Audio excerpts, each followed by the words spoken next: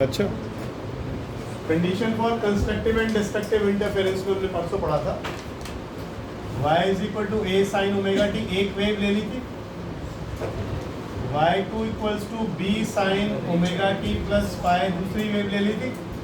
दोनों को super impose किया था तो रिजल्टेंट निकल कर आया था a square plus b square. यहाँ तक हम पहुंचे। फिर हमने कहा था कि अगर मैक्सिमा लेना है तो फाइव मैक्सिमा की कंडीशन बताओ। फेज डिफरेंस कितना होना चाहिए? 2n पाई। अब सीधा मुद्दे पे आते हैं ना, क्यों डिवाइस थोड़ी करेंगे। और पाथ डिफरेंस कितना था? और n की वैल्यू कहाँ से ली थी?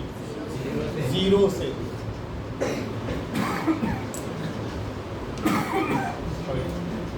मिनिमा की कंडीशन बताइए। करी थी क्या? नहीं करी। अच्छा, मिनिमा नहीं करी। चलिए आगे चलो। डिस्ट्रक्टिव इंटरफेरेंस कहाँ तक पूछा? डिस्ट्रक्टिव लिखना था शायद। डिस्ट्रक्टिव इंटरफेरेंस लिखो। इंटेंसिटी का फॉर्मूला क्या लिखा था हमने? a square plus b square plus 2ab cos phi. और इंटेंसिटी और एम्पलीट्यूड में रिलेशनशिप हिमांशु, एम्पलीट्यूड का स्क्वायर इंटेंसिटी के बराबर होता है। बहुत बढ़िया। तो फाई की वैल्यू मिनिमम आएगी, तो इसका मतलब किसकी कंडीशन ढूंढ रहे हैं हम? किसकी कंडीशन ढूंढ रहे हैं? मिनिमा की। तो फाई की वैल्यू आ गई -1। बताइए किस किस एंगल पर आएगी? आप लोग बताएं बताएं। पाई पर आएगी। एक बात ध्यान रखो, cos 180 जानते हो ना? cos 180 -1 होता है। साइन और cos की वैल्यू रिपीटेटिव है। 360 डिग्री के बाद लगातार रिपीट होंगी। 360 का मतलब कितने रेडियन हो गए? 2 पाई आने दे इसका वैल्यू 2 पाई के बाद होंगी। तो इसका मतलब अगर एक एंगल याद है पाई, तो इसमें 2 पाई लेते जाओ। यानी अगला एंगल कौन सा आएगा? इन एंगल्स पर cos की वैल्यू मिनिमम आएगी। तो इंटेंसिटी कैसी होगी? मिनिमम होगी। आगे बैठना है? नहीं बैठना है। ऐसे काम चलाओगे? अच्छा चलो फिर। तो फाई की वैल्यू कितनी आ गई? 2n-1 into pi. थोड़ा सा चीजों को अलग तरीके से करवा रहा हूं सिर्फ समझाने के लिए। n की वैल्यू कितनी ले ली? पिछली बार n की वैल्यू कहां से ली थी? 0 1 2 3 4 से। अब n की वैल्यू कहां से ले ली? 1 2 3। ध्यान दें। एक वो पिछली बार हम करके गए थे ना, अर्शिता को याद भी होगा कि अगर पाथ का डिफरेंस लैम्डा है तो फेज का डिफरेंस 2 पाई है। अब तो फेज का डिफरेंस बदल गया। एक बार फिर से देखें। अगर फेज डिफरेंस 2 पाई है तो पाथ का डिफरेंस लैम्डा हुआ। फेज का डिफरेंस 1 है तो पाथ का डिफरेंस कितना हुआ?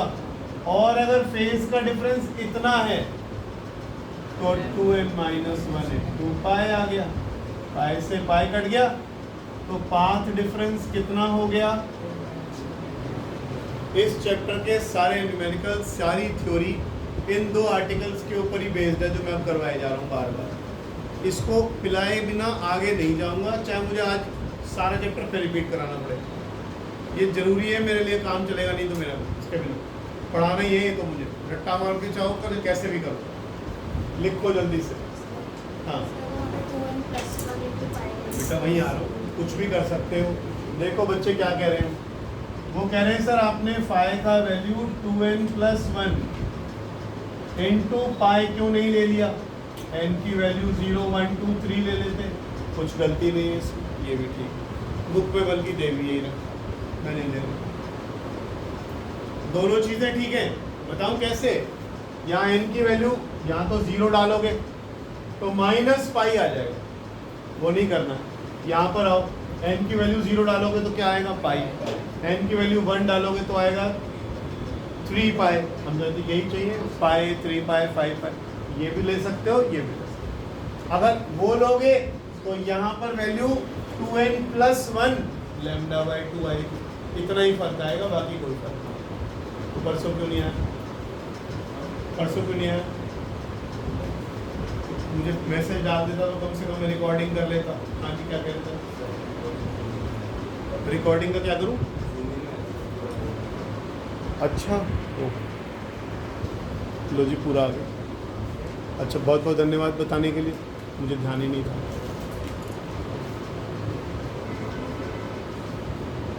आ गया जी, अभी सर, फिर आप बोर्ड जलाने के चक्कर में बताइए कि ये समझ में नहीं आ गया ना? पिछली बार एक डायग्राम बनाया था मैंने, उस डायग्राम को दिमाग में रखो, सारे आर्टिकल होते चले जाएंगे। क्या है, एक हमने वेव बनाई थी, याद होगा आपको। फिर हमने दूसरी वेव यहां से बनाई,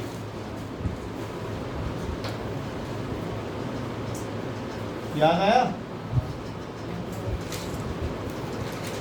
अब ये वाली वेव अगर इंटरफियर करेंगी तो इनमें कितना आगा पीछा है?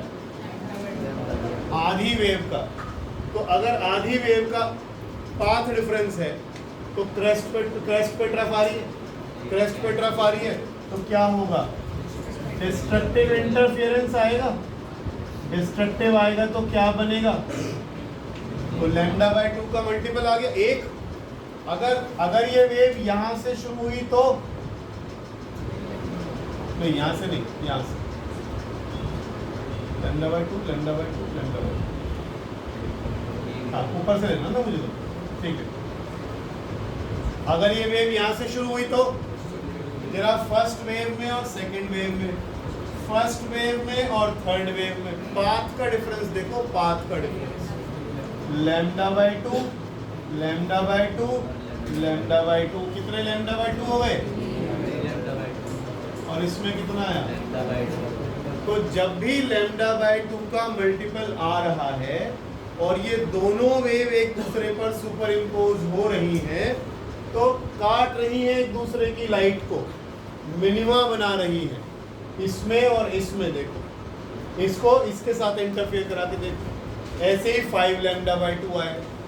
लेकिन अगर ये समझ में आ गई बात, ये जो अभी पर लिखा आपने वही है, ठीक है ना? लैम्डा बाय 2 के मल्टीपल्स आ रहे हैं, लेकिन अगर लैम्डा के मल्टीपल आते हैं तो लैम्डा का मल्टीपल कहां से शुरू होगा? यहां से। तो ये तो कंस्ट्रक्टिव हो गई, क्रेस्ट पे क्रेस्ट आ गई और ट्रफ पे ट्रफ आ गई। तो जब भी लैम्डा के मल्टीपल्स आएंगे तो क्या बनेगा? कंस्ट्रक्टिव बनेगी।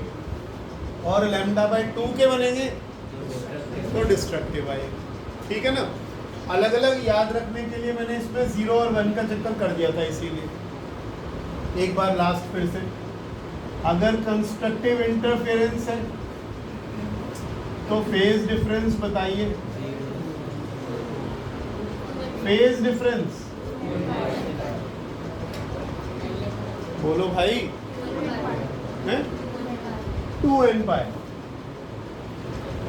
और पाथ डिफरेंस ये याद हो गया हमको। और n की वैल्यू हमने कहां से ली? ये आ गया हमारा, ये हमारा कंस्ट्रक्टिव का आ गया। बार बार रिपीट कराऊंगा इसको चैप्टर में, आज कई बार 3 बार तुमसे ये याद करके जाना है आज। और डिस्ट्रक्टिव के केस में हमने देख लिया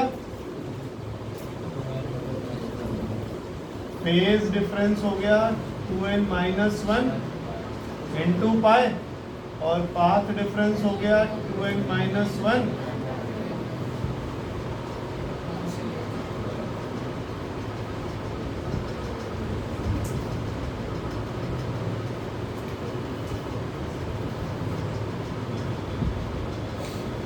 आगे कुछ इंपॉर्टेंट नोट लिखिएगा, कुछ इंपॉर्टेंट नोट लिखिएगा। एम्पलीट्यूड का फॉर्मूला लिखा था a² plus b² plus 2ab cos phi, या इंटेंसिटी का फॉर्मूला हो गया, अब ठीक है, 2ab cos phi। अगर मैं मैक्सिमा की बात करता हूं तो इंटेंसिटी किसके बराबर आएगी? a प्लस बी करा था क्या आपने? अच्छा फिर तो ठीक है, a plus B whole square हो गया, और आई मिनिमा कितना आएगा? a minus B whole square. एक तो ये रेशो लिख लो कहीं पर, हमारे काम आएगा आगे रिलेशंस में जब हम न्यूमेरिकल्स करेंगे। ऐसा क्यों हुआ है ठाकुर साहब?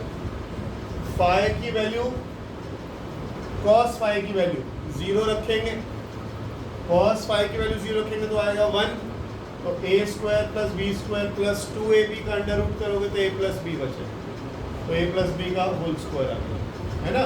ऐसे ही अगर इसकी वैल्यू आप क्या रखोगे 90 डिग्री तो आपका मिनिमम आ जाएगा, सही है। 90 नहीं, -1 cos 180, cos 180 -1, तो a² plus b² minus 2ab बन जाएगा, a माइनस b का होल स्क्वायर। समझ रहे हो बात को? क्या ये इतनी मुश्किल चीज़ है? मुश्किल चीज़ किस लिए नहीं है? कितना लंबा चौड़ा सोच ही क्यों रहे हो? फर्स्ट डे से क्या पढ़ रहे हो? Superposition principle. आप कह रहे हो अगर इसका एम्पलीट्यूड y1 है, दूसरे वाले का y2 है, और दोनों एक ही डायरेक्शन में है, सेम फेज में है, तो रिजल्टेंट क्या आएगा? तो y1 प्लस y2 ही तो हो रहा है, a प्लस b तो कर रहे हैं। a क्या है? पहली वेव का एम्पलीट्यूड, b क्या है? दूसरी वेव का एम्पलीट्यूड, और तो हमने कुछ करा ही नहीं। ठीक है, आगे चलो। अगर एक बात बताओ, परसों शायद हम वो बात कर रहे थे कंट्रास्ट की, घर पे जाके करके देखा टीवी में किसी ने? विश्वमा देखा? नहीं देखा? कंट्रास्ट बढ़ाकर देखा टीवी में? नहीं देखा। तो परसों था ही ना, मुंडी गएगा परसों क्लास में था। अगर a और b बराबर हो जाएं तो क्या होगा?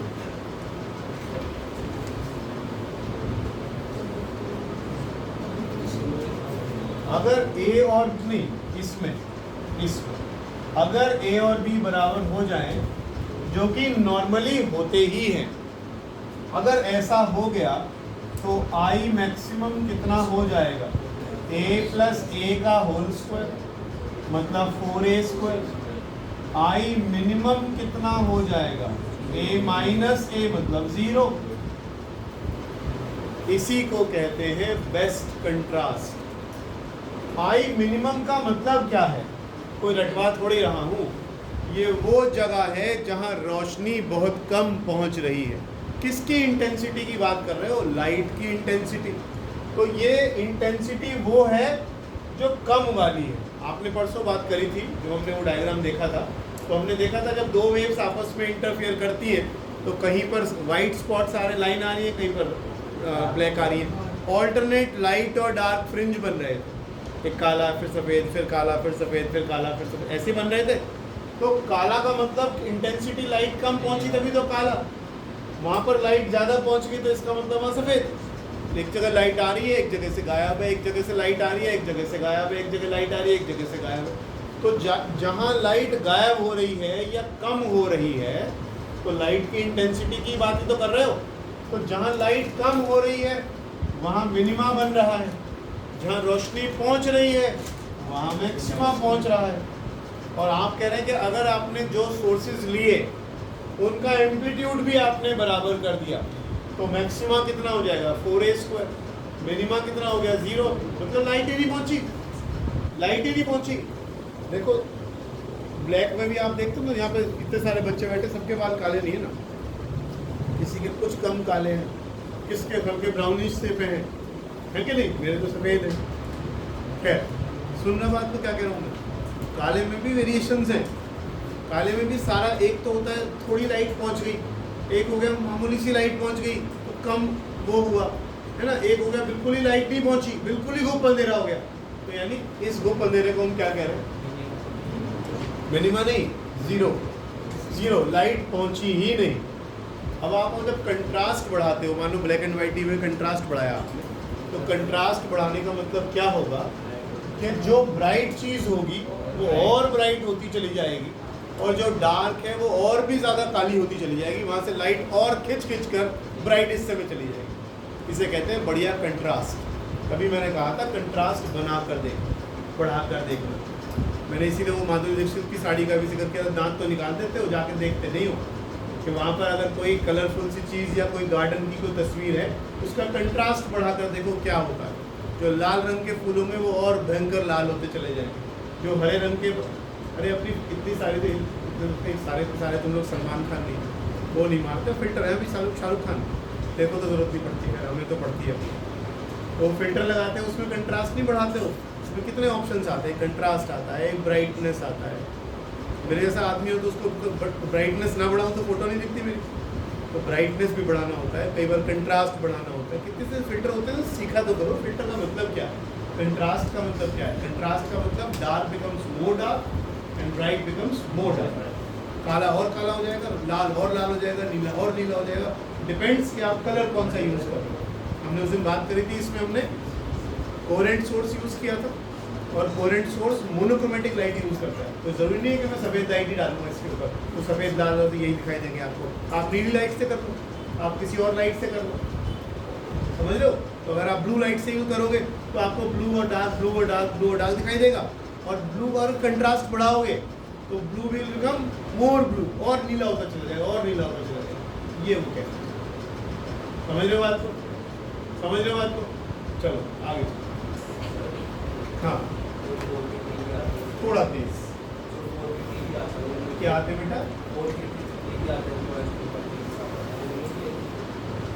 मैंने तो कभी देखे नहीं, लेकिन टेक्नोलॉजी बढ़ रही है तो उसमें ऑटोमेटिक होता हो, मुझे मालूम नहीं इसके बारे में। मैंने देखा, वैसे तुम्हें समझ में भी काम आया मुझे, तुमने बोला क्या? 4D 4K नहीं, मुझे मालूम नहीं है इसके बारे में। लिखो ऐसा क्या आ रहा है उनमें?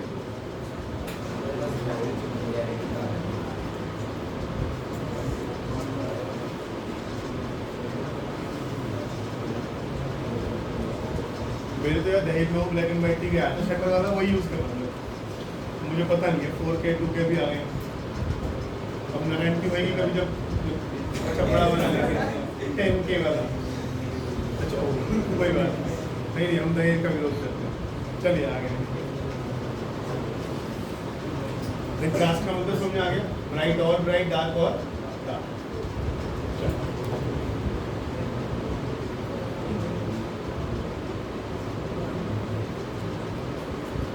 जो भी निकुंज दहेज के खिलाफ है, विरोध में रहता है, फिर कॉम्प्लिकेटेड टॉपिक्स, इसमें क्लियरिटी नहीं है अभी। अच्छा मिल रहा होगा तो नहीं ऐसे कह रहे हैं, जो देंगे अपनी लड़की को देंगे, हमारे को थोड़ी देंगे। फॉर्च्यूनर दो लड़की को दो, कितना अच्छा लगेगा आपकी लड़की फॉर्च्यूनर बैठेगी। मेरे पास तो अल्टो है। लिखिए लिखिए।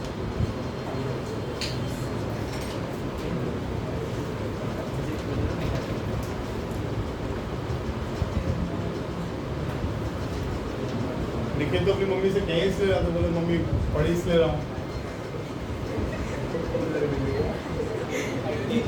कूलर मिलेगा, अबे कैसे लोग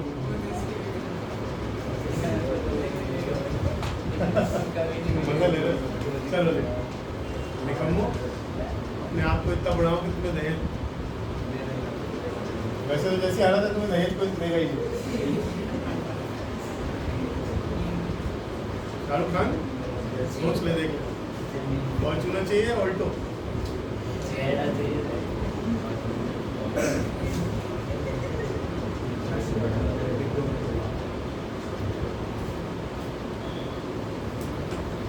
एम्पलीट्यूड रेशियो।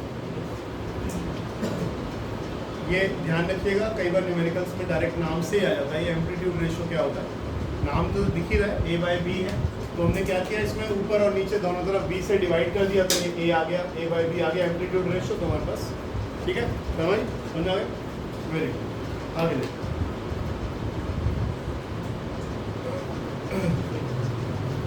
एक छोटा सा नोट और लिखो प्लीज। हाँ हाँ लिखो।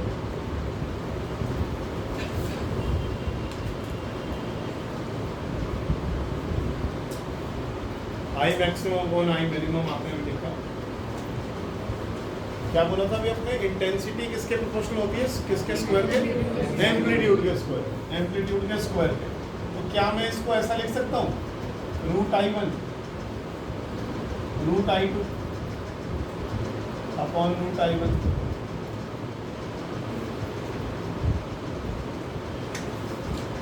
तो दिक्कत तो नहीं किसी, अरे पहले वाले की इंटेंसिटी उसके एम्पलीट्यूड के स्क्वायर के बराबर होगी, ठीक है ना। ए किसके बराबर है, मैंने सिर्फ ए और बी की जगह ही हटाया, कुछ नहीं, ठीक है ना। तो ये आ गया I1 √I1 plus √I2। Actually में न्यूमेरिकल्स में कन्वर्जन कहाँ पे करते रहोगे, इसलिए डायरेक्ट याद कर लो तो ज़्यादा अच्छा।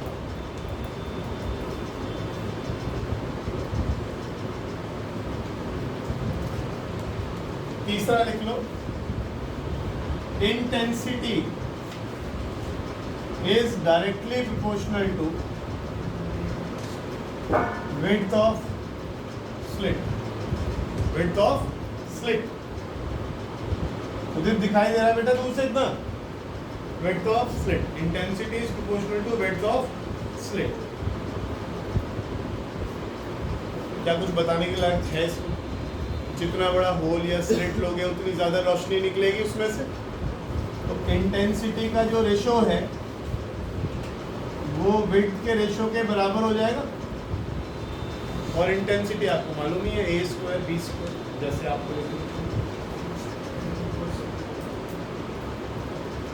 ठीक है ना।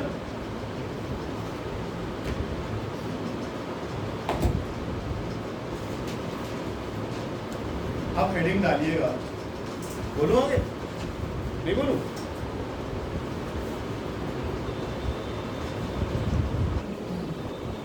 interference and energy conservation।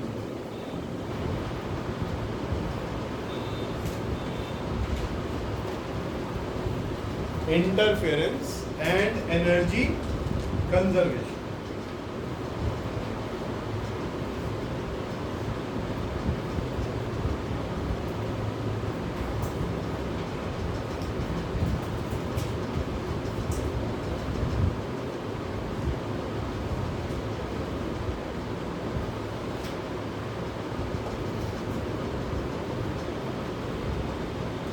If interference is taking place, लिखो।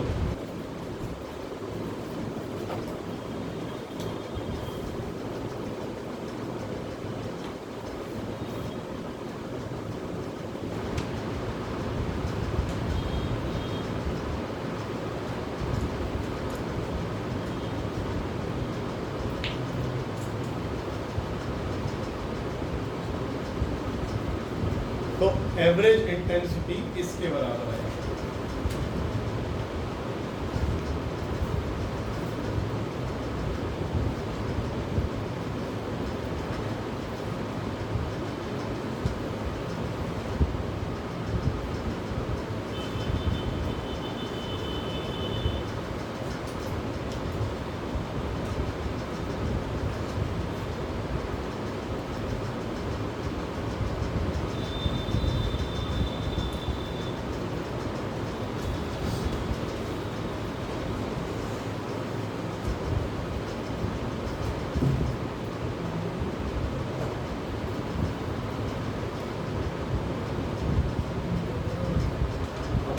इंटरफेरेंस का डेफिनेशन जो पिछली बार में रटवा कर चल गया था उसको समझने का टाइम आ, देखो बोलूं, लिख लो लिख लो लिख लो।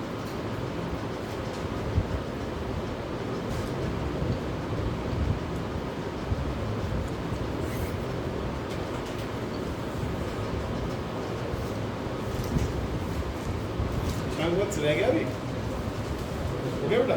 चलो कह रहा है अगर इंटरफेरेंस हो रहा है तो हमारे पास कहीं लाइट मैक्सिमम है, कहीं मिनिमम है, कहीं मैक्सिमम है, कहीं मिनिमम है, कहीं मैक्सिमम है, कहीं यही हो रहा है, यही हो रहा है।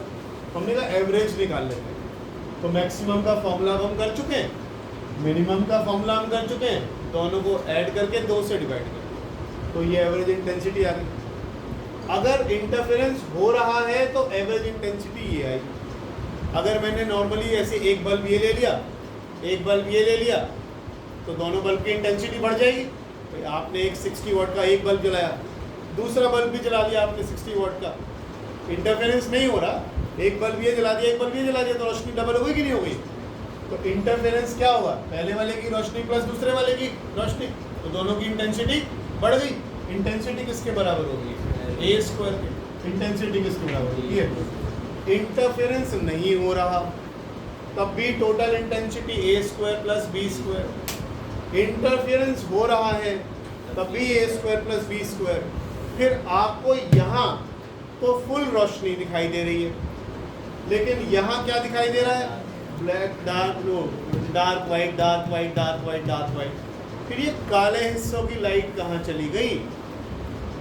आप यहाँ क्या देख रहे हो? आप देख रहे हो कि एक जगह तो डार्क हो गया, ये डार्क हो गया, फिर अगला ब्राइट हो गया, फिर अगला डार्क हो गया, फिर अगला ब्राइट हो गया, फिर अगला डार्क हो गया। ये डार्क वालों हिस्से की रोशनी कहाँ चली गई?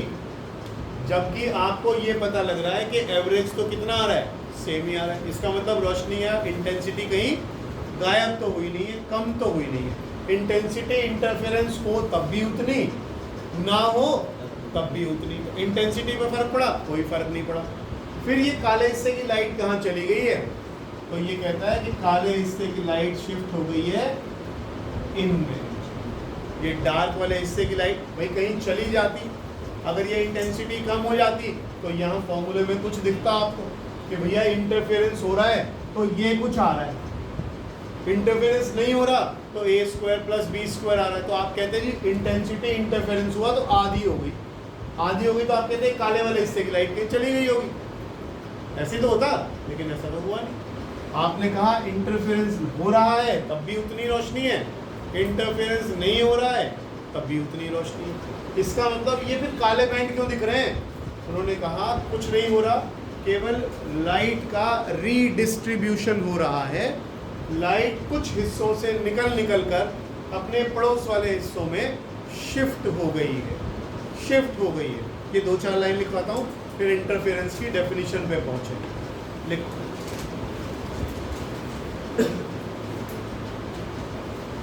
since the above two results are same, since the above two results are same, it means there is conservation of energy in interference.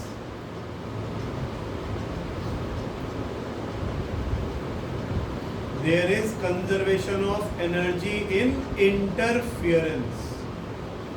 Full stop. Energy simply shifts from, energy simply shifts from the place of destructive interference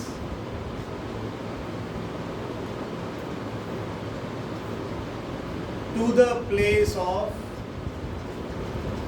constructive interference.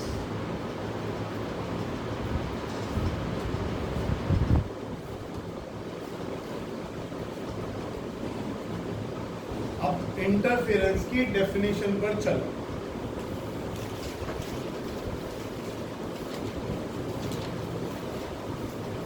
जो मैं सिर्फ लिखवाकर तुम्हें आ गया था, समझाया नहीं। अब पढ़ो से अब समझ में आ जाएगा। क्या कहता है? It is the redistribution of light energy.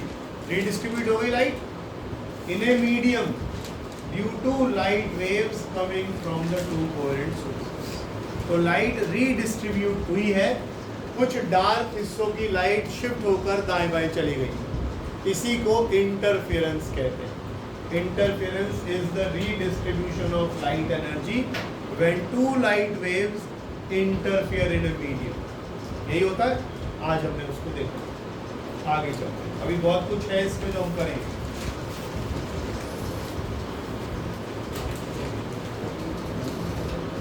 आपने ये तो देख लिया कि फ्रिंजेस बनेंगी,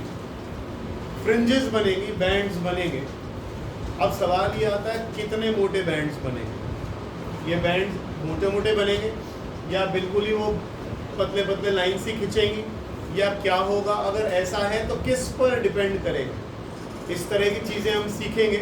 मैं आपसे पूछूंगा, बताओ पहले ब्राइट और छठे डार्क के बीच की दूरी कितनी है? इस तरह की चीज़ों पे अब हम करने जा रहे हैं। आर्टिकल समझ लेना, न्यूमेरिकल यूँ हो जाएंगे। ओरल करवा दूंगा, ओरली ज़रूरत ही नहीं है आपको लिखने की भी, इतने आसान हो जाएंगे।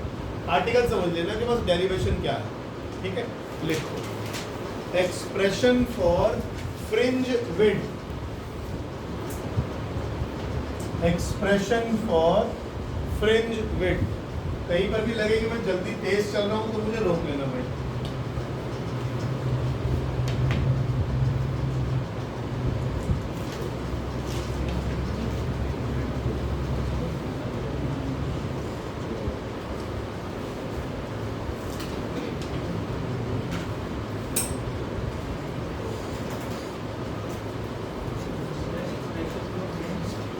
विड्थ, WIDTH,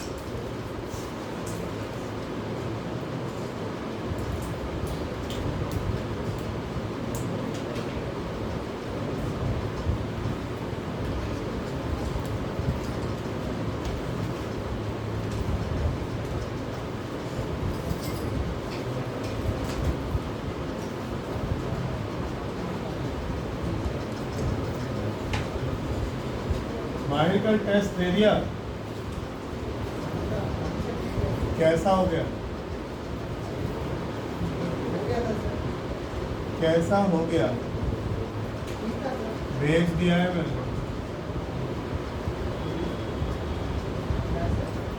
भेज दिया है। हाँ तो किस लिए दिया था? चेक ना करता?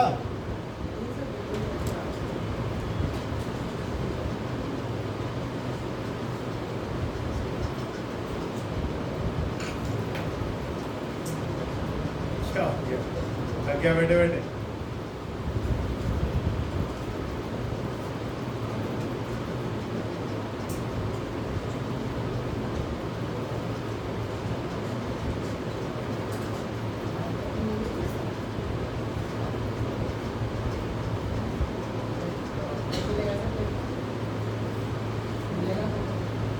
मिलेगा कब? अभी देख लेता हूँ, क्या पता बैंक में पढ़ाओ, नहीं तो कल दे दूँगा। लेने लायक कुछ है नहीं वैसे उसमें, फिर भी तेरी इच्छा पूरी हो जाएगी, ले लियो।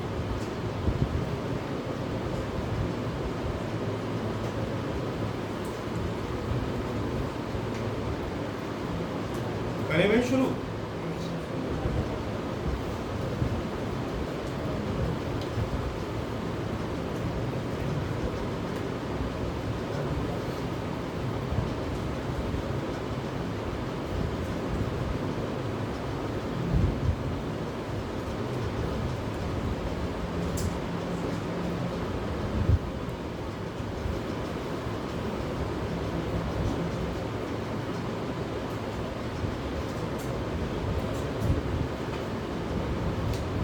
करो।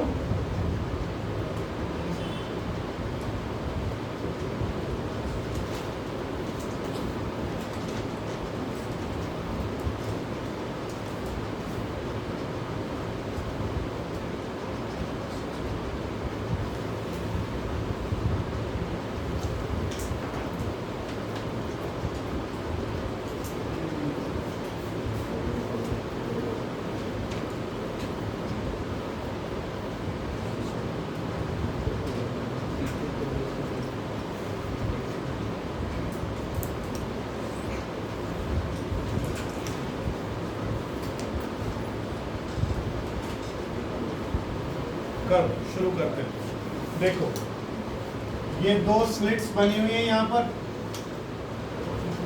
यहाँ से लाइट निकली। दरवाजा कैसे दिख रहा है तेरे को? दिख रहा है उदित?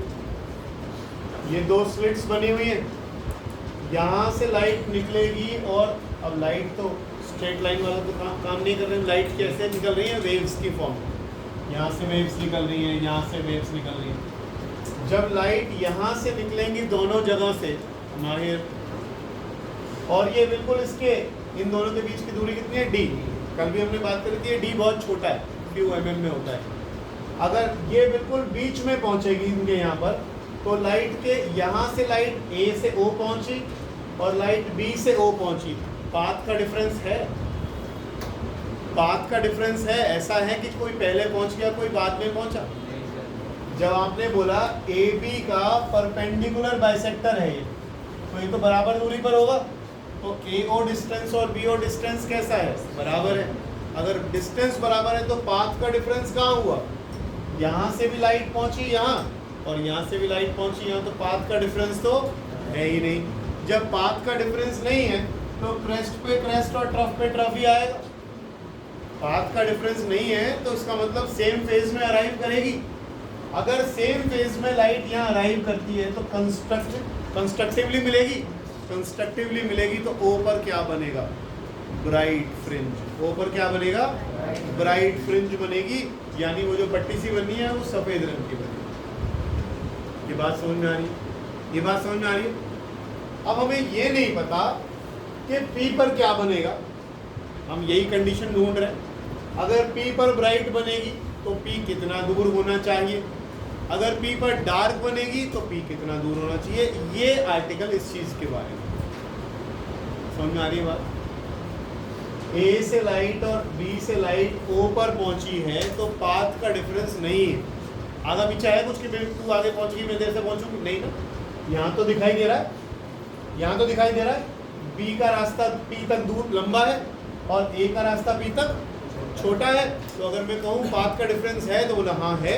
कितना है, BP की लंबाई नाप लो, AP की लंबाई नाप लो, इन्हें माइनस कर लो तो पता लग जाएगा कितना पाथ डिफरेंस है दोनों। लेकिन यहाँ जो O पर लाइट पहुँच रही है वो तो बिना पाथ डिफरेंस के पहुँच रही है, तो इसका मतलब वहाँ तो कंस्ट्रक्टिव बनेगा, और कंस्ट्रक्टिव बनेगा तो वहाँ पर रोशनी पहुँचेगी, ब्राइट इमेज बनेगी। O का तो कन्फर्म है ब्राइट पहुँचेगी। P पर क्या बनेगा और कहाँ बनेगा वो अब ढूंढ लिखो। लिखो we take two coherent sources A and B. We have taken two coherent sources A and B at a small distance D. At a small distance D. वो यंग्स डबल स्लिट वाला याद है हमने जो किया था, हमने एक सोर्स ली थी पहले और ये दो स्लिट ले ली थी, याद आ गया। हमने ये स्लिट कहाँ ली थी, बिल्कुल बीचों बीच। ये डिस्टेंस और ये डिस्टेंस हमने कैसा लिया था, बराबर, ताकि लाइट यहाँ से निकले। सोर्स तो यहाँ है, सोर्स तो असल में लाइट का कहाँ है, यहाँ है। फिर इससे जो लाइट यहाँ पहुँचेगी और लाइट जो यहाँ पहुँचेगी, ये दोनों स्लिट दो कोहेरेंट सोर्स की तरह काम करेंगे, क्योंकि यहाँ से लाइट बिल्कुल सेम फेज में या कांस्टेंट फेज डिफरेंस में निकले। ये दो स्लिट है, ये भी कोहेरेंट सोर्स का ही काम कर रहे हैं। ये दो स्लिट है, ये भी कोहेरेंट सोर्स का ही काम कर रहे हैं। लिखो, we have taken two coherent sources A and B at a small distance D. आगे लिखिएगा, बस क्या लिखोगे इसको छोड़ो, पता ही है स्क्रीन यहाँ रखो। लिखो, the waves which start from A and B, the waves which start from A and B and reach O, comma, path for each of them is same. Path length लिखो, path length for each of them is same. That is AO equals to BO.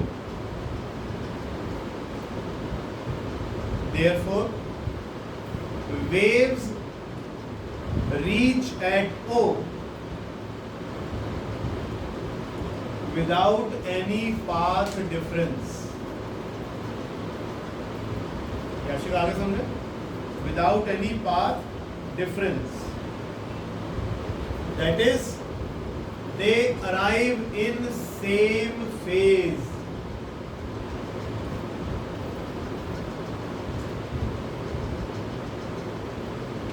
and hence create a maxima, and hence create a maxima, that is a bright fringe.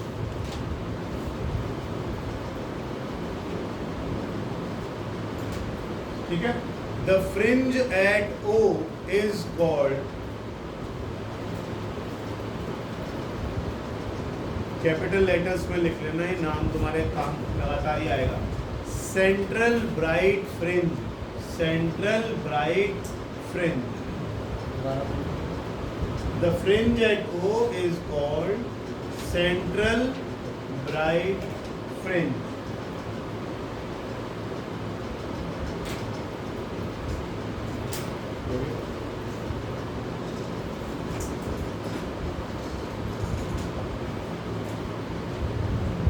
बेटा ये बच्ची कुछ भी जाएंगी हाथ से, वैसे चाइनीज लग गई दोनों की एक से. देखो आगे, let us take a point P, थोड़ा गैप बना के रखा हो, यहाँ वो बनवा ले एक लकड़ी का ऐसे फटका सा, आगे झुका ही ना जाए, झुक करके गले में लगा रहे, एक पिन यहाँ गाड़ ले, सेफ्टी पिन, ऑल पिन, और बस ऐसे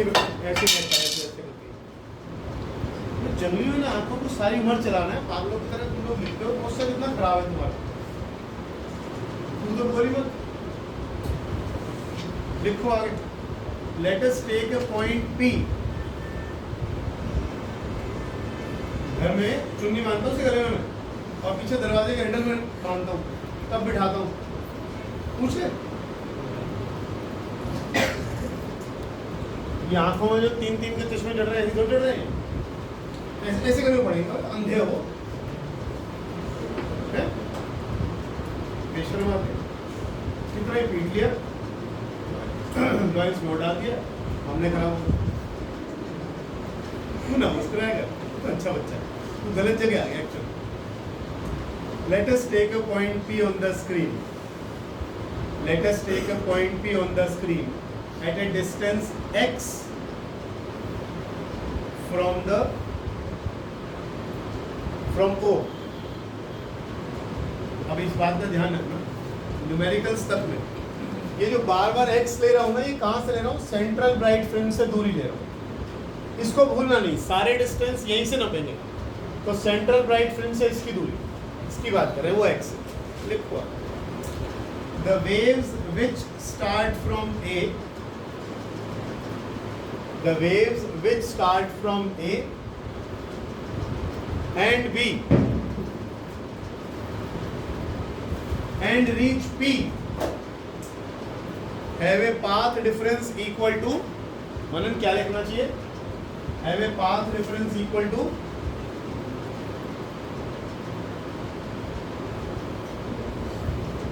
अरे डायग्राम देख के बताना भाई, पीछे क्यों देख रहा है, डायग्राम देख, डायग्राम यहाँ सामने बोर्ड पे, have a path difference equal to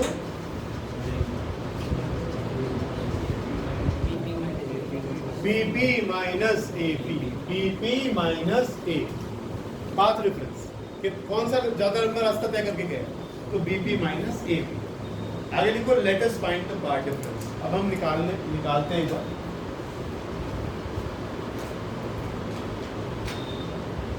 जरा देखो BP किसी राइट एंगल ट्राइंगल में आ रहा है, आ तो रहा है,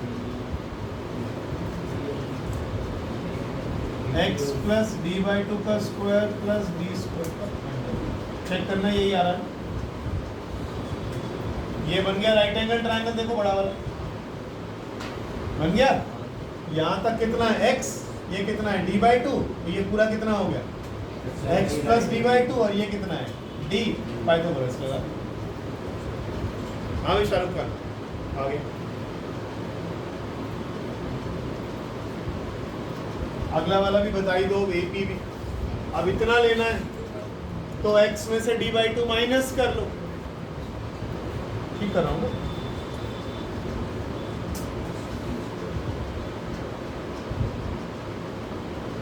ये आ गया।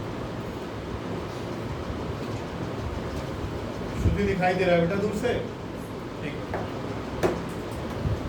इनमें से डी कॉमन ले लो, क्या बचेगा?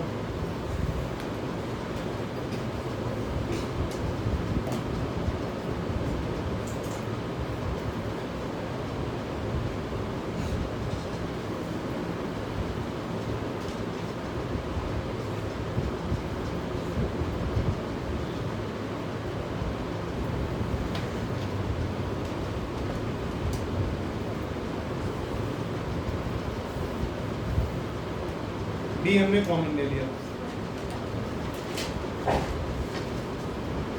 एक काम करो, ये बोर्ड पे जगह भी कम बचेगी, रूट का साइन हटा के पावर लगा लो 1/2।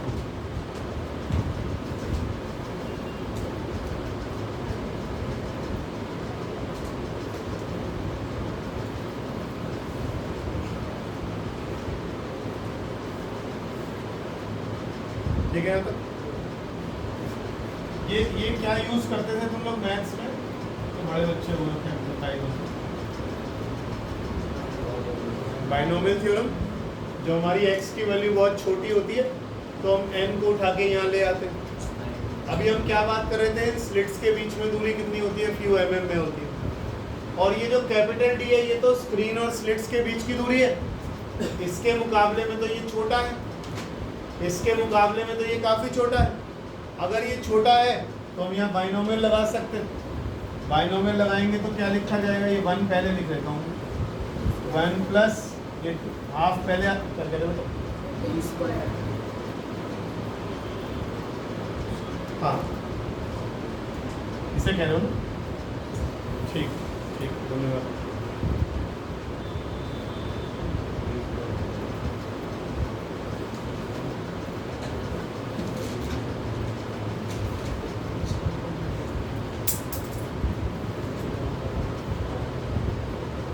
ज़्यादा नहीं खींचूंगा, चिंता मत करो, उसके बाद खत्म करो।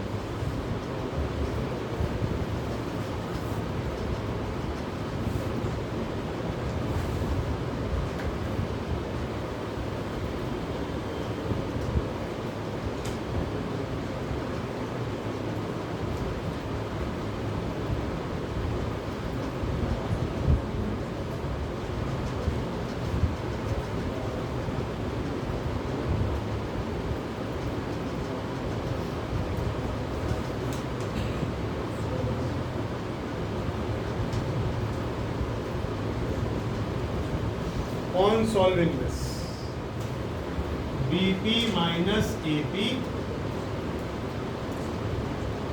इसके बराबर आ गया, ज्यादा आगे सॉल्व करने की जरूरत है, रिजल्ट याद करें। BP minus AB is x small d by capital। अब आप ब्रैकेट्स खोलोगे ना यहाँ पर, तो ये d प्लस डी आएगा, माइनस डी आएगा, ये कट जाएगा, फिर यहाँ पर a plus B whole square लगा खोल देना। जब सब कुछ सॉल्व करते हुए और एलसीएम लेते हुए आओगे तो आपके पास ये रिजल्ट आएगा। रिजल्ट इंपॉर्टेंट है, इसमें मत पढ़ना कि घर जाके सॉल्व कर रहे हो। बीपी माइनस एपी आ गया X small D by D. BP minus AP क्या है? चलो पानी में पी,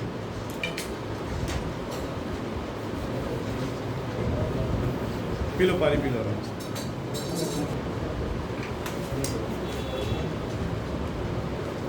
प्लस ही है ना ये तो, x minus D by, sorry गलती में से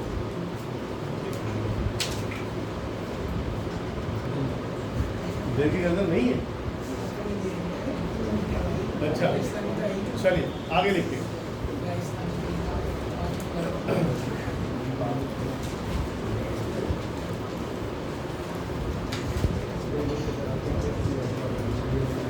तो हमने लिखा BP माइनस AP, थोड़ी देर देख लो बेटा please. X small D by capital. Small D है स्लिट्स के बीच की दूरी और कैपिटल डी है स्क्रीन तक की दूरी। अब आगे लिखो, अब P पर क्या बनेगा पहले तो ये बात बताओ। हमें नहीं पता क्या बनेगा, हो सकता है मैक्सिमम बन जाए, हो सकता है मिनिमम बन जाए। यहाँ क्या बनता दिख रहा है? ब्राइट फ्रिंज बराबर में डार्क फ्रिंज, फिर ब्राइट फ्रिंज, फिर बराबर में डार्क फ्रिंज। यही तो दिखाई दे रहा है आपको यहाँ पर। तो ऐसे बनते बनते बनते बनते P पर क्या बनेगा ये पता लगा। अगर ब्राइट बनती है तो क्या कंडीशन होनी चाहिए वही ढूंढ रहे हैं। लिखो तो for maxima that is for bright fringe. माहिर ये BP माइनस AP है क्या? Path difference. ये पाथ डिफरेंस। और अभी मैक्सिमा के लिए पढ़कर आए हैं पाथ डिफरेंस कितना होता है। एक बार फिर याद करेंगे आज। मैक्सिमा के लिए phase difference 2n pi, path difference n lambda. Minima की बात करो, phase difference 2n minus 1 into pi, phase path difference lambda by 2, n की वैल्यू और n की वैल्यू आप प्लस भी ले सकते हैं। फिर बोल रहा हूँ 2n प्लस 1 पाए, 2n प्लस 1 पाए लैम्डा बाय। ठीक है। अच्छा, मैक्सिमा के लिए पाथ डिफरेंस क्या लिखा है आपने अभी तक? For maxima that is for bright fringe path difference is equal to n lambda. Path difference कितना होता है? n lambda. आप कितना पाथ डिफरेंस लेकर बैठे हो? x small d by d। अगर ये x छोटा d बाय बड़ा d n लैम्डा के बराबर हो गया तो कौन सी फ्रिंज बनेगी? ऑब्वियसली ब्राइट बनेगी। ब्राइट बनेगी तो हमने कहा ये जो पाथ डिफरेंस आ रहा है इन दोनों में, ये पाथ डिफरेंस किसके बराबर कर दो? n लैम्डा के बराबर कर दो। क्योंकि n लैम्डा जब भी पाथ डिफरेंस होगा फ्रिंज क्या करेंगी? कंस्ट्रक्टिवली मिलेंगी, ब्राइट बनाएंगी। गले उतर रही है बात? नहीं उतरी? ये किसका, ये क्या है? पाथ डिफरेंस का मतलब क्या होता है?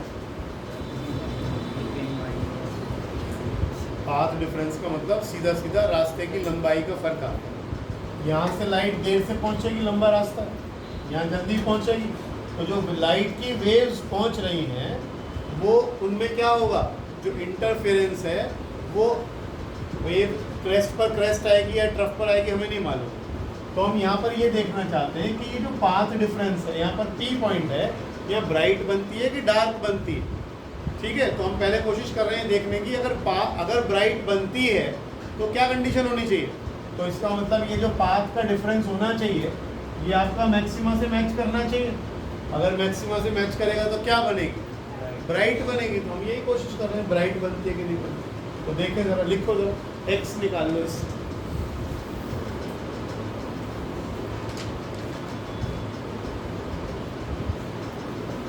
x क्या है याद है ना? x याद है ना?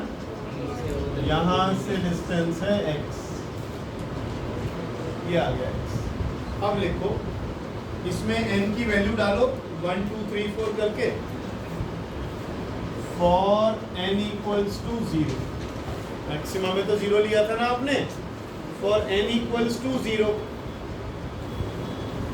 ये भी कितना आ जाएगा? क्या मतलब है? क्या मतलब है? क्या मतलब है?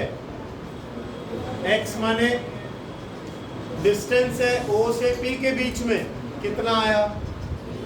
इसका मतलब ये तो O पॉइंट की बात ही कर रहा है। O पॉइंट पर क्या बना था? क्यों बनी थी? पाथ डिफरेंस नहीं था, पाथ डिफरेंस नहीं था। इसका मतलब we have central bright fringe, we have central bright fringe. x क्या है? O से P की दूरी। और आप कह रहे हो जैसे मैं n रखता हूँ x की वैल्यू 0 हो जाती है, यानी ये दूरी कैसी हो गई? खत्म। यानी ये तो इसी पॉइंट की बात कर रहा है। तो ये O पर तो सेंट्रल ब्राइट ही बनी, बात ही कर ली थी हमने। n इक्वल्स टू 1 रखो।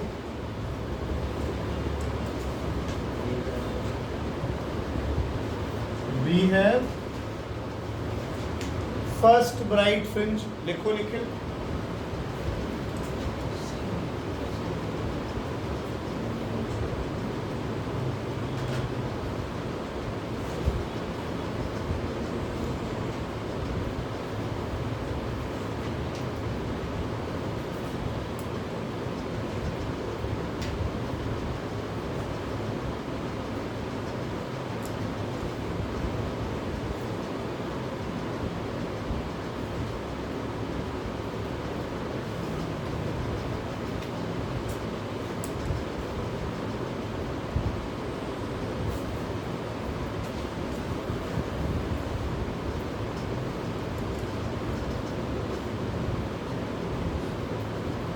बन गया।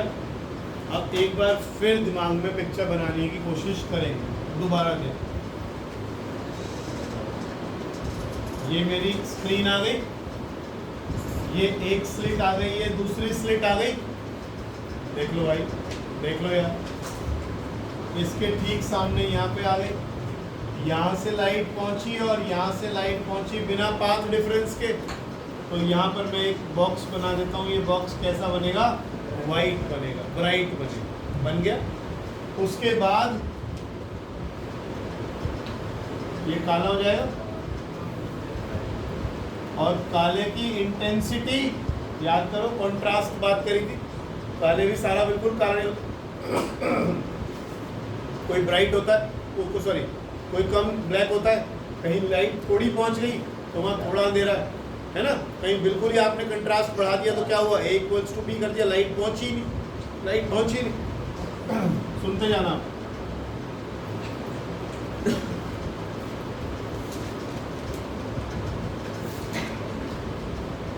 देखकर ज्यादा समझ में आएगा, देखते जाओ, रट्टा तो कभी भी मार दोगे। ये वाली थी हमारी सेंट्रल ब्राइट फ्रिंज जो बिल्कुल बीच में बनी, और ऐसा नहीं है इधर ही बनेगी, इधर भी तो उतनी बनेगी, सब कुछ बनेगा। मैं एक ही तरफ लेकर चल रहा हूँ, इधर क्या बनेगी, इधर इधर इधर की तरफ दूसरी ब्राइट बन जाएगी। ये डार्क आ, इधर नहीं जा रहा हूँ मैं, केवल ऊपर ऊपर चल रहा हूँ। अब ये सेंट्रल ब्राइट फ्रिंज हो गई, इसे मैं बोलूंगा फर्स्ट डार्क। फर्स्ट डार्क, ये आ गई फर्स्ट ब्राइट फ्रिंज, ये आ गई सेकेंड ब्राइट फ्रिंज। अब ध्यान से देखो, ये क्या दे रहे हो आप, x क्या था, distance from O, distance from central bright fringe. यानी आप क्या निकाल रहे हो मालूम, इसे हटा दूं, इसे हटा दूं एक मिनट के लिए, देखो जरा, यही तो पॉइंट है आपका O। फर्स्ट ब्राइट फ्रिंज की दूरी कितनी है, लैम्डा डी बाई साथ साथ सोचते चलो तभी बात बनेगी। कितनी दूरी है, 2 लैम्डा डी बाई डी। किंतु नहीं दिख रहा दूर से मैं बता देता हूँ, ये लैम्डा डी बाई डी और ये 2 lambda D by D. Lambda D by D, 2 lambda D by D, 3 lambda D by D. अगली वाली जो बनेगी वो 3 लैम्डा डी बाई डी बनेगी, समझ रहे हो। और ये इसकी दूरी हम बीच में से ही लेंगे, यहाँ से सेंटर टू सेंटर डिस्टेंस ले लेंगे यहाँ। अब मुझे बताओ, फर्स्ट ब्राइट और सेकंड ब्राइट, इसके बीच में क्या बना है, डार्क। अगर मैं सेकंड ब्राइट तक की दूरी में से, ध्यान से देखना, छोटे बच्चे वाला खेल है बिल्कुल, अगर मैं इस सेकंड ब्राइट की दूरी में से फर्स्ट ब्राइट की दूरी माइनस कर दूं तो क्या आएगी, डार्क फ्रिंज की मोटाई आ जाएगी कि नहीं आ जाएगी। समझ में आ रही है चीज। आप तो डिस्टेंस ले रहे हो, कहाँ से ले रहे हो, सेंट्रल ब्राइट फ्रिंज से ले रहे हो। सेंट्रल ब्राइट फ्रिंज से डिस्टेंस क्या कहला रहे हैं, x कहला रहे हैं, है ना। अब आपने कहा पहली ब्राइट कहाँ बनेगी, दूसरी ब्राइट कहाँ बनेगी, तीसरी ब्राइट कहाँ बनेगी, तो हमने यहाँ पर डायग्राम बना लिया कि ये तो सेंट्रल ब्राइट है, ये फर्स्ट ब्राइट है, और फर्स्ट ब्राइट से इसकी दूरी lambda D by D, lambda capital D by D बन गई। ऐसे ही दूसरे वाले की 2 लैम्डा डी बाई डी, तीसरे वाले की यहाँ से यहाँ तक 3 लैम्डा डी बाई डी। अब सोच के देखो, अगर मैं 3 लैम्डा डी बाई डी में से 2 लैम्डा डी बाई डी हटा दूँ तो क्या आएगा, ये आएगा, डार्क की मोटाई आ जाएगी। कौन सा डार्क है, ये वाला, ये पहला डार्क, ये दूसरा डार्क, तीसरा डार्क, आया ना। ये समझ में आ रही है चीज, ये समझ में आया क्या लिखवाया था, दूरियां ही बता रहा हूँ केवल। यहाँ से कितनी दूरी पर सेंट्रल ब्राइट बनेगी, सॉरी फर्स्ट ब्राइट बनेगी, सेकंड ब्राइट बनेगी, थर्ड ब्राइट बनेगी, कितनी कितनी दूरी पर बन रही है, ये बन रही है, यानी इसके मल्टीपल चल रहे हैं। अब मैं अगली बार आपसे पूछूं, सेंट्रल ब्राइट फ्रिंज से फोर्थ ब्राइट की दूरी बताइए। यही तो हो रहा है, सेंट्रल ब्राइट तो ये है ही, फर्स्ट ब्राइट कितना दूर बन रही है, लैम्डा डी बाई डी। तो चौथी ब्राइट कहाँ बनेगी, 4 लैम्डा डी बाई डी। 10वीं कहाँ बनेगी, 10 लैम्डा। ये बात समझ में आई। न्यूमेरिकल चुटकियों में हो जाएंगे अगर तुम ये बात झूठ ना बोलो मेरे से कि समझ में आ रही है। समझ में आ रहा है तो हाँ करो, नहीं तो मैं फिर दोबारा ट्राई करूँ। चलो फिर अब लिखो इसी के आगे, distance between two consecutive bright fringes, एक के बाद एक लगातार दो ब्राइट फ्रिंजेस के बीच की दूरी।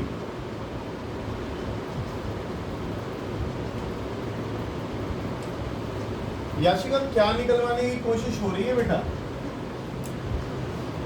ये जो लाइन लिखवाई गई है इसमें क्या निकलवाने की कोशिश कर रहे हैं? दो कॉन्जिक्यूटिव माने एक के बाद एक, दो कॉन्जिक्यूटिव ब्राइट फ्रिंजेस के बीच में क्या है?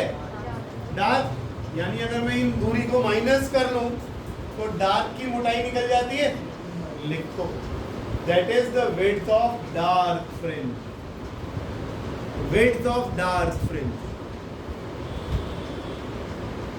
Width of dark fringe.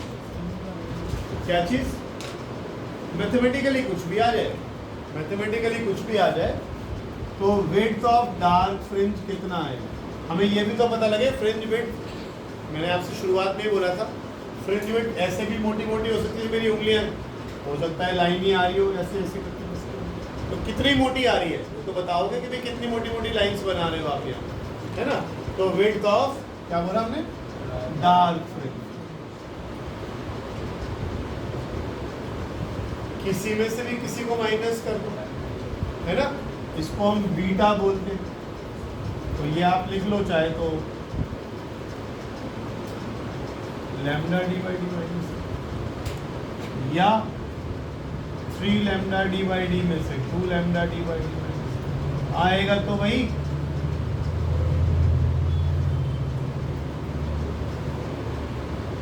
आएगा तो वही रिजल्ट क्या हो गया? आएगा तो मोदी को नहीं, लैम्डा डी बी आएगा तो लैम्डा डी बाई डी ही।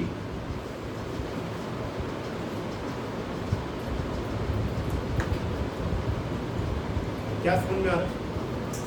समझ में ये आ रहा है कि जितनी भी डार्क वाली है सब एक सी है।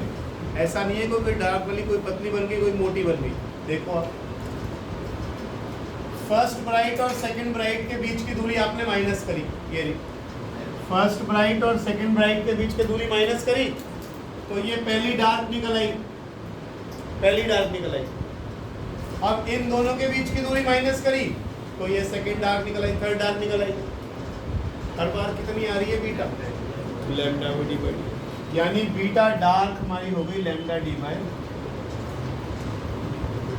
समझ में आई बात? सारी डार्क फ्रिंजेस एक सी ही मोटाई की हैं। आगे लिखो for minima that is for dark fringe, for minima that is for dark fringe,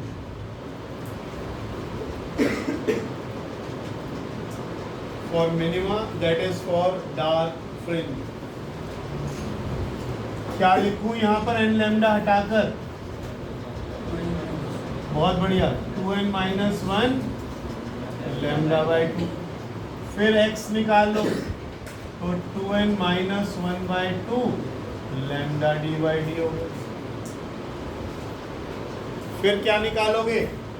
x क्या है हिमांशु? सेंट्रल ब्राइट फ्रिंज से फ्रिंज की दूरी। कौन सी कंडीशन लगाई है अब की बार? मिनिमा वाली। तो पहला मिनिमा कहाँ बनेगा? पहला मिनिमा बनेगा लैम्डा डी बाई डी पर, लैम्डा डी बाई डी पर। इसमें n की वैल्यू कितनी ली थी आपने? 1, तो हाफ लैम्डा डी।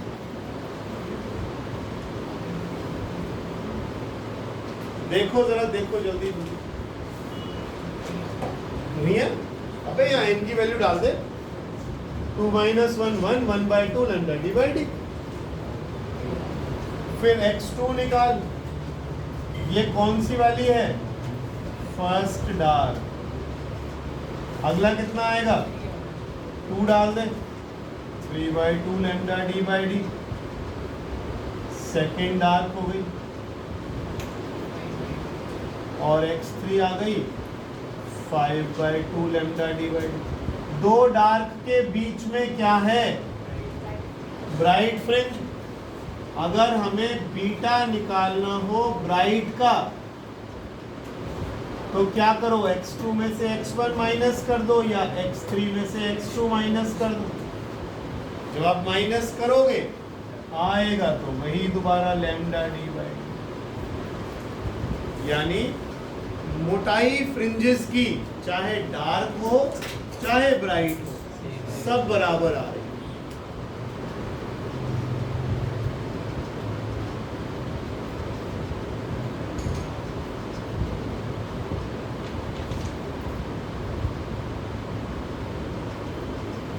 और ये भी रटने की जरूरत नहीं है। देखो हटाऊं इसे?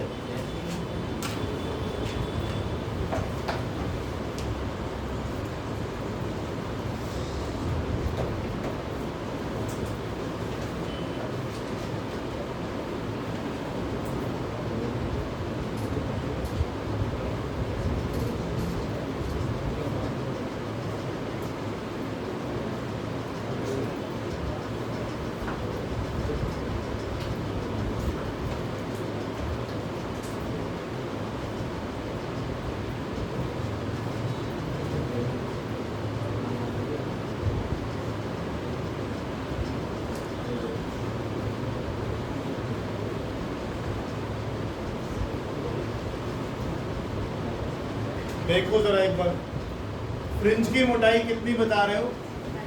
Lambda D by D. अब मैं आपसे यही तो, यहां से यहां तक कितना हुआ? फर्स्ट ब्राइट की दूरी lambda D by D. Check करो, first bright lambda D by D आ रहा है कि नहीं?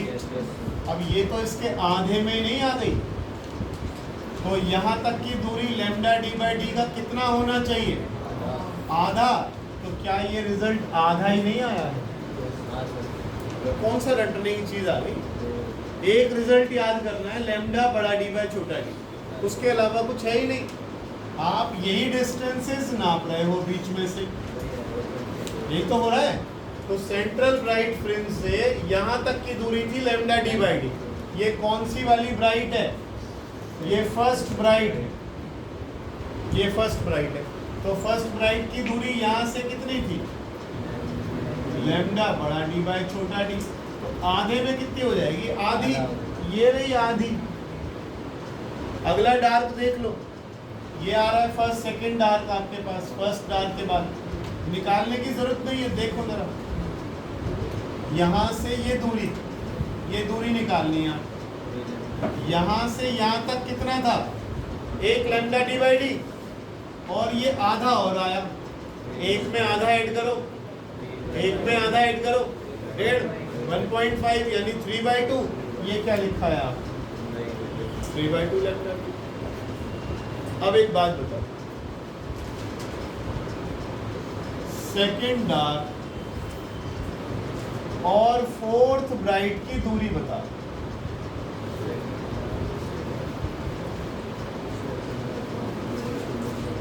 बताओ सर, अगर आ गया होगा तो अभी छोड़ दूंगा, आज 5 मिनट पहले क्लास। हाँ जी, इनके बीच की दूरी बता। 5/2 कैसे आया?